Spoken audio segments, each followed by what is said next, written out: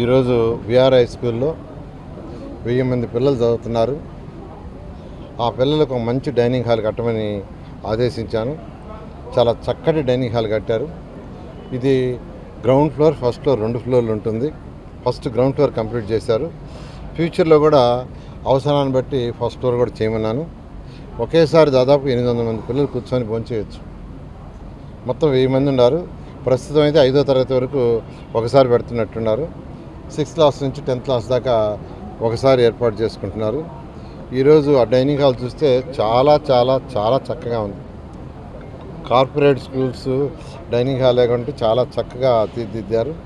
దీన్ని NCC group వాళ్ళు తీర్చిదిద్దారు. ఆ ఎన్సీసీ గ్రూప్ వాళ్ళని ప్రత్యేకంగా అభినందిస్తున్నాను. ఆ పిల్లలతో కూర్చొని భోంచేస్తుంటే వాళ్ళ ఆనందానికి హద్దులు లేదు. చదువు బ్రహ్మాండంగా అంటున్నారు. ఇక్కడికి వచ్చిన 1000 పిల్లలందరూ డిఫరెంట్ స్కూల్స్ నుంచి వచ్చారు. ఒక స్కూల్ కాదు, అనేక స్కూల్స్ నుంచి వచ్చారు. ఇక్కడ హెడ్ మాస్టర్ కావచ్చు, వాళ్ళ టీచర్లు కావచ్చు, వాళ్ళ పైన ఉన్న అధికారులు డిఈఓ కావచ్చు, ఎంఈఓ కావచ్చు, అందరూ దీన్ని పరిశీలి చేస్తున్నారు. మా పాప కూడా శరణి కూడా రెగ్యులర్గా హెడ్ మాస్టర్తో వాళ్ళతో మాట్లాడి పరిశీలి చేస్తుంది. మధ్యాహ్న భోజనం నేను కూడా భోంచేశాను. చాలా చక్కగా ఉంది. పిల్లలందరిని అడిగితే చాలా చక్కగా ఉంది సార్.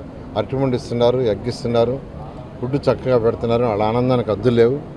అక్కడక్కడ కొందరు బయట వాళ్ళు వైసీపీ నాయకులు మాట్లాడుతున్నారు. తిని చూడాలి, తిని చూస్తే తెలుస్తుంది. ఈరోజు నేను పిల్లలతో కలిసి భోంచేయడం జరిగింది. ఇలా ఇప్పుడు విఆర్ హై స్కూలే కాకుండా నెల్లూరు సిటీలో 15 స్కూల్స్ టేకప్ చేసాము.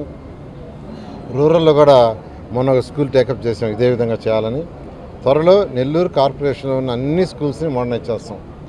అన్ని స్కూల్స్ని, అన్ని హై స్కూల్స్లోనే 1వ తరగతి నుంచి 10వ తరగతి దాకా ఫ్యూచర్లో అంగన్వాడీ, నర్సరీ, PP1, PP2 కూడా తీసుకొచ్చి విఆర్ హై స్కూల్లో పెట్టాం.